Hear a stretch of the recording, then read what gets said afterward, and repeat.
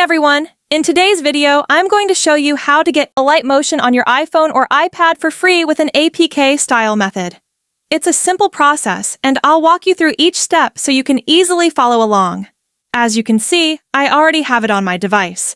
The app runs perfectly, so if you want to install it yourself, make sure to watch until the end.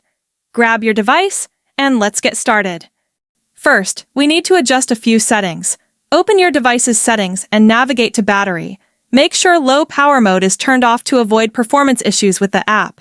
Next, return to the main settings menu, go to General, and select Background App Refresh. Ensure that it's enabled for Wi-Fi or Wi-Fi and mobile data to let the app run smoothly in the background. With the settings adjusted, let's move on to the download process. Now, open your browser and visit appbinge.com, a trusted platform for modded apps. Type Alight Motion into the search bar and select it from the results. You'll be directed to a page with detailed information, including download stats and users' reviews. Click the Download Now button to begin the installation. The process is quick, and you should see a confirmation message once it's done. If the confirmation doesn't appear, it could mean you'll need to download some free additional files to verify. But don't worry, this step is easy too, and the website provides detailed instructions to walk you through it.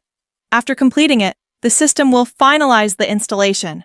I've tested the method myself, and it works perfectly. And that's it. That's everything you need to know to successfully download Alight Motion for your iPhone or iPad.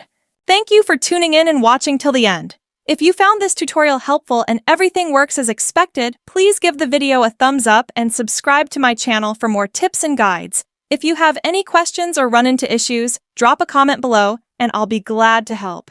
Thanks again, and I'm looking forward to see you in my next video.